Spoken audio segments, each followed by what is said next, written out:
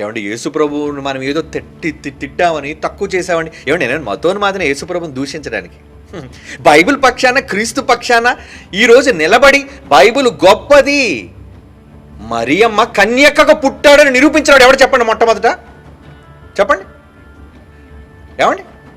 మరియమ్మ ఒక కన్యకకు యేసు ప్రభు పుట్టాడు అని నేను సైంటిఫిక్గా కూడా ప్రూవ్ చేశానండి. ఏమండి? అంతకుముందు ఎవరైనా చేసినట్టు గొప్ప, కానీ నేను ఎవరిది చూసి చేయలేదు. కానీ నాకు తెలిసినంత మట్టుకు Bible open universities India international Christ church వాళ్ళే మొట్టమొదటిసారిగా కన్య కనగలదు అని శాస్త్రీయంగా నిరూపించిన రికార్డు అనేది మన దగ్గరే ఉంది. మరి అప్పుడు వీళ్ళందరూ ఏమైపోయారండి? ఏమండి యేసు ప్రభు కోసం నిజంగా కించపరచడం నాకేమైనా కంకణ కట్టుకున్నానా? నేనేమైనా మతోన్మాదినా, మత ఛాందస్యవాదనా? బైబిల్ గురించి యేసు ప్రభుని ఏదో తక్కువ చేసేయాలి, యేసు ప్రభుని చెడ్డగా చేసేయాలి, నాకే వస్తుందండి. దానివల్ల నా ప్రభువుని నేను గణపరచాలని అనుకుంటాను. నా ప్రభు పుట్టికే పవిత్రమైనదని నిరూపించిన వాడిని నేను ప్రజల మధ్య.